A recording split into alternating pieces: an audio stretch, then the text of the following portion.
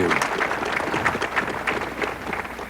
Senator Hatfield, Mr. Chief Justice, Mr. President, Vice President Bush, Vice President Mondale, Senator Baker, Speaker O'Neill, Reverend Mumaw, and my fellow citizens. To a few of us here today, this is a solemn and most momentous occasion. And yet in the history of our nation, it is a commonplace occurrence. The orderly transfer of authority as called for in the Constitution routinely takes place as it has for almost 2 centuries, and few of us stop to think how unique we really are. In the eyes of many in the world, this every 4-year ceremony we accept as normal is nothing less than a miracle. Mr. President, I want our fellow citizens to know how much you did to carry on this tradition. By your gracious cooperation in the transition process, you have shown a watching world that we are a united people, pledged to maintaining a political system which guarantees individual liberty to a greater degree than any other. And I thank you and your people for all your help in maintaining the continuity which is the bulwark of our republic.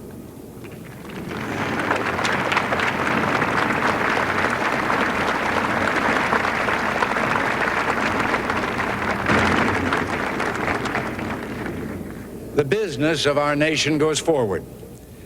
These United States are confronted with an economic affliction of great proportions.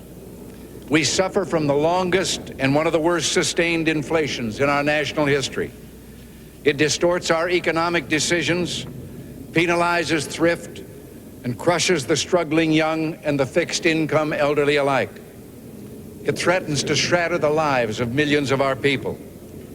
Idle industries have cast workers into unemployment, human misery, and personal indignity. Those who do work are denied a fair return for their labor by a tax system which penalizes successful achievement and keeps us from maintaining full productivity. But great as our tax burden is, it has not kept pace with public spending. For decades, we have piled deficit upon deficit, mortgaging our future and our children's future for the temporary convenience of the present.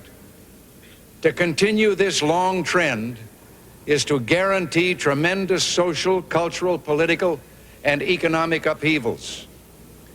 You and I, as individuals, can, by borrowing, live beyond our means, but for only a limited period of time. Why then should we think that collectively, as a nation, we're not bound by that same limitation?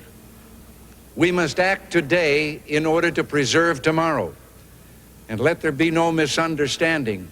We're going to begin to act beginning today.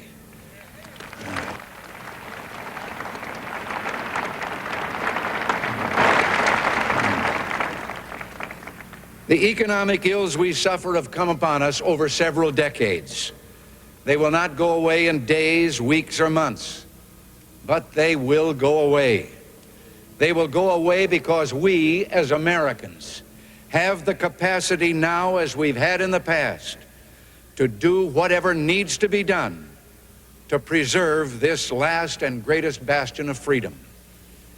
In this present crisis, government is not the solution to our problem. Government is the problem.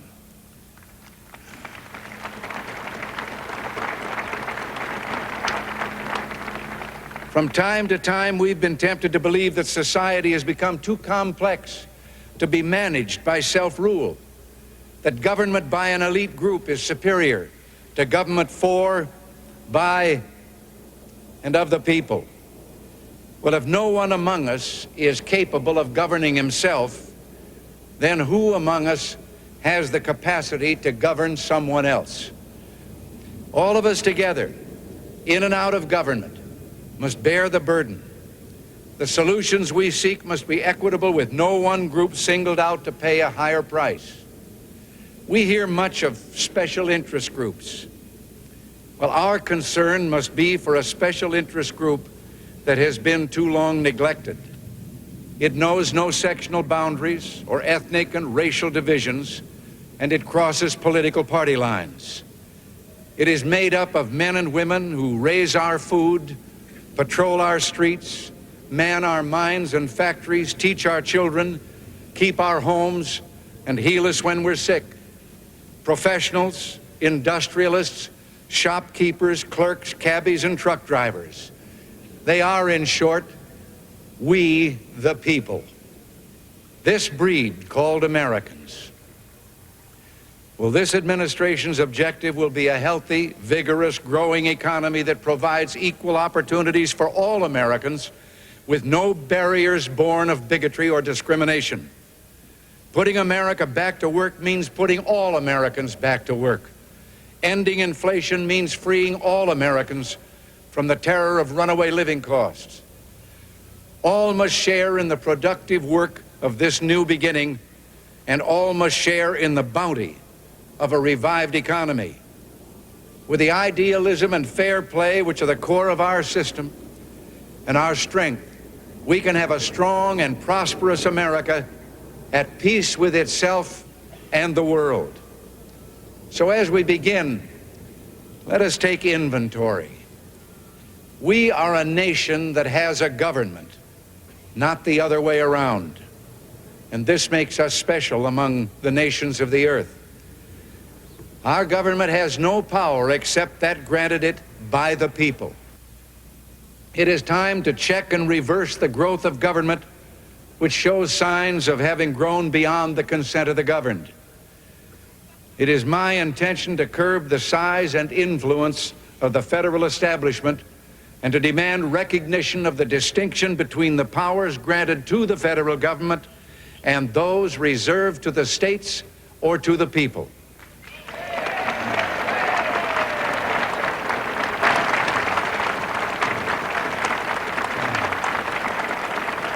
All of us need to be reminded that the federal government did not create the states. The states created the federal government.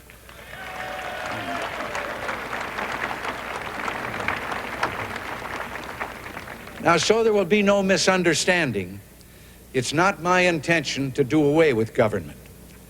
It is rather to make it work with us, not over us, to stand by our side, not ride on our back. Government can and must provide opportunity, not smother it. Foster productivity, not stifle it. If we look to the answer as to why for so many years we achieved so much, prospered as no other people on earth, it was because here in this land we unleashed the energy and individual genius of man to a greater extent than has ever been done before. Freedom and the dignity of the individual have been more available and assured here than in any other place on earth. The price for this freedom at times has been high, but we have never been unwilling to pay that price. It is no coincidence that our present troubles parallel and are proportionate to the intervention and intrusion in our lives that result from unnecessary and excessive growth of government. It is time for us to realize that we're too great a nation to limit ourselves to small dreams. We're not, as some would have us believe, doomed to an inevitable decline. I do not believe in a fate that will fall on us no matter what we do. I do believe in a fate that will fall on us if we do nothing. So with all the creative energy at our command, let us begin an era of national renewal. Let us renew our determination, our courage, and our strength. And let us renew our faith and our hope. We have every right to dream heroic dreams. Those who say that we're in a time when there are no heroes, they just don't know where to look. You can see heroes every day going in and out of factory gates. Others, a handful in number, produce enough food to feed all of us and then the world beyond. You meet heroes across a counter, and they're on both sides of that counter. There are entrepreneurs with faith in themselves and faith in an idea who create new jobs, new wealth, and opportunity. There are individuals and families who take taxes, support the government, and whose voluntary gifts support church, charity, culture, art, and education. Their patriotism is quiet but deep. Their values sustain our national life. Now, I have used the words they and their in speaking of these heroes. I could say you and your, because I'm addressing the heroes of whom I speak, you, the citizens of this blessed land. Your dreams, your hopes, your goals are going to be the dreams, the hopes, and the goals of this administration, so help me God.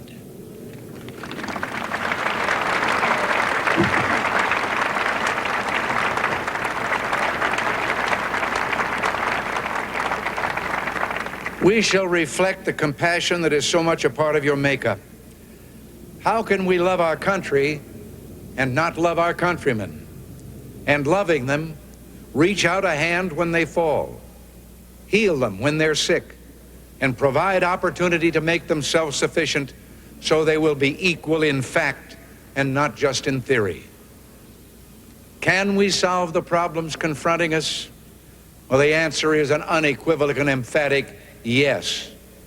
To paraphrase Winston Churchill, I did not take the oath I've just taken with the intention of presiding over the dissolution of the world's strongest economy. In the days ahead, I will propose removing the roadblocks that have slowed our economy and reduced productivity. Steps will be taken aimed at restoring the balance between the various levels of government. Progress may be slow, measured in inches and feet, not miles, but we will progress. It is time to reawaken this industrial giant, to get government back within its means, and to lighten our punitive tax burden. And these will be our first priorities, and on these principles there will be no compromise.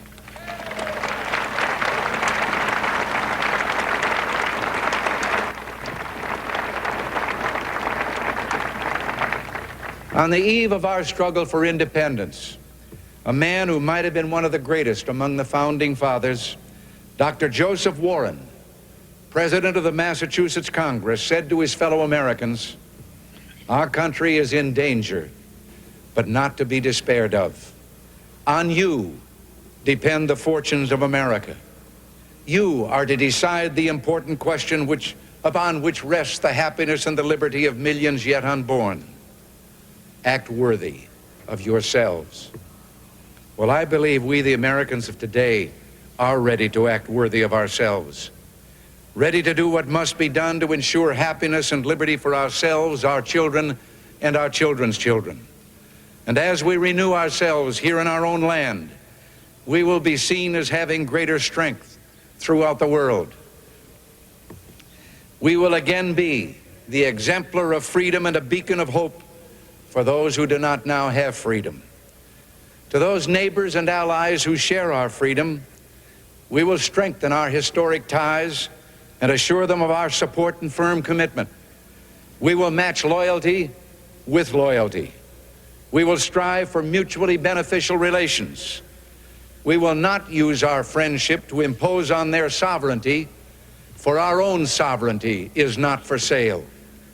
As for the enemies of freedom, those who are potential adversaries, they will be reminded that peace is the highest aspiration of the American people. We will negotiate for it, sacrifice for it. We will not surrender for it now or ever.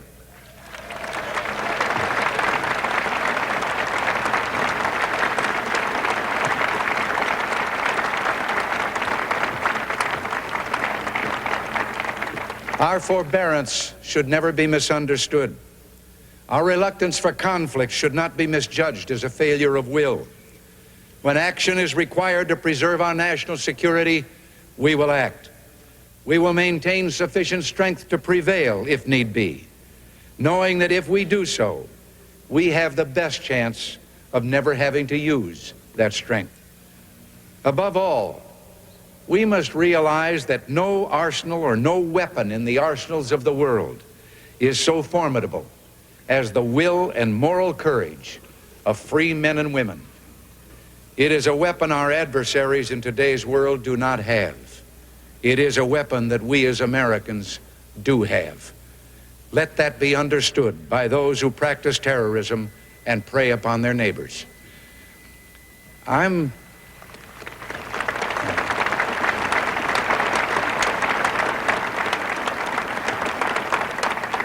told that tens of thousands of prayer meetings are being held on this day. And for that, I'm deeply grateful.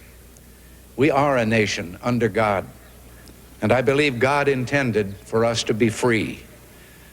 It would be fitting and good, I think, if on each inaugural day in future years, it should be declared a day of prayer. This is the first time in our history that this ceremony has been held, as you've been told, on this west front of the Capitol. Standing here, one faces a magnificent vista opening up on this city's special beauty and history. At the end of this open mall are those shrines to the giants on whose shoulders we stand. Directly in front of me, the monument to a monumental man, George Washington, father of our country, a man of humility who came to greatness reluctantly. He led America out of revolutionary victory into infant nationhood. Off to one side, the stately memorial to Thomas Jefferson, the Declaration of Independence flames with his eloquence. And then beyond the reflecting pool, the dignified columns of the Lincoln Memorial. Whoever would understand in his heart the meaning of America will find it in the life of Abraham Lincoln. Beyond those monuments to heroism is the Potomac River, and on the far shore, the sloping hills of Arlington National Cemetery with its row upon row of simple white markers bearing crosses or stars of David. They add up to only a tiny fraction of the price that has been paid for our freedom. Each one of those markers is a monument to the kind of hero I spoke of earlier. Their lives ended in places called Belleau Wood, the Argonne, Omaha Beach, Salerno, and halfway around the world on Guadalcanal, Tarawa, Pork Chop Hill, the Chosin Reservoir, and in 100 rice paddies and jungles of a place called Vietnam. Under one such marker lies a young man, Martin Treptow, who left his job in a small-town barber shop in 1917 to go to France with the famed Rainbow Division. There on the Western Front, he was killed trying to carry a message between battalions under heavy artillery fire. We're told that on his body was found a diary. On the flyleaf, under the heading, "My Pledge," he had written these words: "America must win this war. Therefore I will work, I will save, I will sacrifice, I will endure. I will fight cheerfully and do my utmost as if the issue of the whole struggle depended on me alone." The crisis we're facing today does not require of us the kind of sacrifice that Martin Treptow and so many thousands of others were called upon to make. It does require, however, our best effort and our willingness to believe in ourselves and to believe in our capacity to perform great deeds, to believe that together, with God's help, we can and will resolve the problems which now confront us. And after all, why shouldn't we believe that? We are Americans. God bless you and thank you. Thank you very much.